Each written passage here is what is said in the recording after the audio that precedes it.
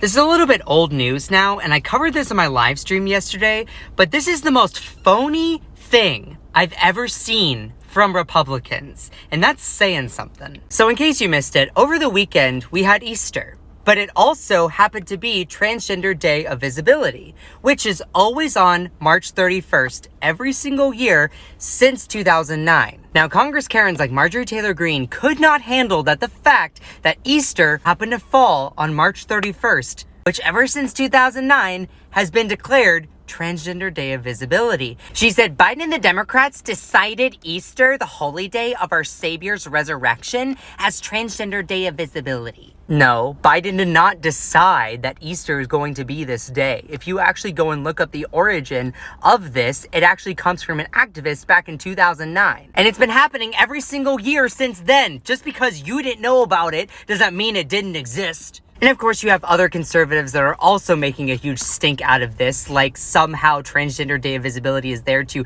displace the whole celebration of Easter. Which you may be asking, well, then if it's not on a permanent day, then how is the date of Easter determined? Well, it changes every single year. This year, it was March 31st. Next year, it's going to be April 20th, then April 5th, then March 28th, etc. Easter is known as a movable feast. According to the Christian calendar, and I think the full moon or something, it depends on when it's going to be, meaning it's not a permanent date. Unlike Transgender Day of Visibility, which is always on March 31st. And now, far right-wing media is oh my God, this is such an abhorrent thing for Christians. Girl, let's use an metaphor to describe all of this. Let's say that Janice wanted to host a party on March 31st. She's been doing a party ever since 2009, right? And then all of a sudden, Cynthia, who has a party, but she decides it based on a different date. Usually it's around late March, early April kind of thing. And she decides to put it on Janice's party date. And then she's like, oh my God, Janice, how dare you put your party at the same time as mine? And Janice is like, I've been doing this on March 31st ever since 2009. Why are you upset?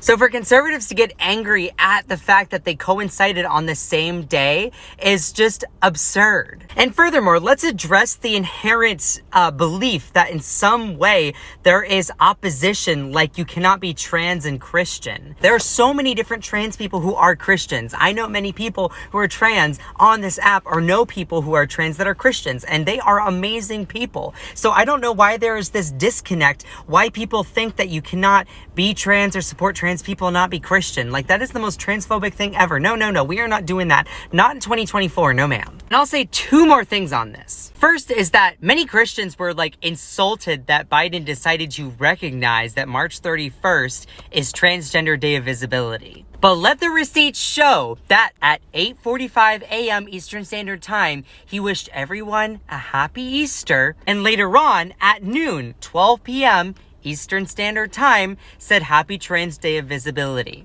So even when Biden took the time to deliberately put Easter first, it definitely still was not good enough for these conservatives, because they decided to run with their BS no matter what. And what does that show? It shows how phony they are with their manufactured outrage. And the second thing I'll add to it is this is a classic thing that conservative and right-wing media love to do. They love to take the identity of someone who is trans, like Caitlyn Jenner, who is very valid in her identity, and then use her as a way to spew a whole bunch of anti-trans propaganda.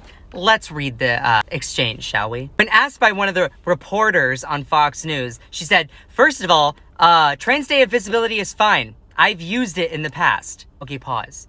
How do you use a holiday?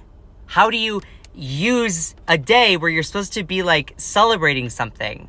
Unless you're deliberately trying to use it for your advantage, which you're already showing your true colors even in that statement. My number one problem with this whole thing, recognizing that trans people exist, is this proclamation.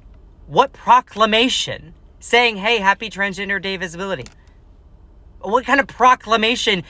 How is that problematic? President Biden should never have done it. What, recognize this?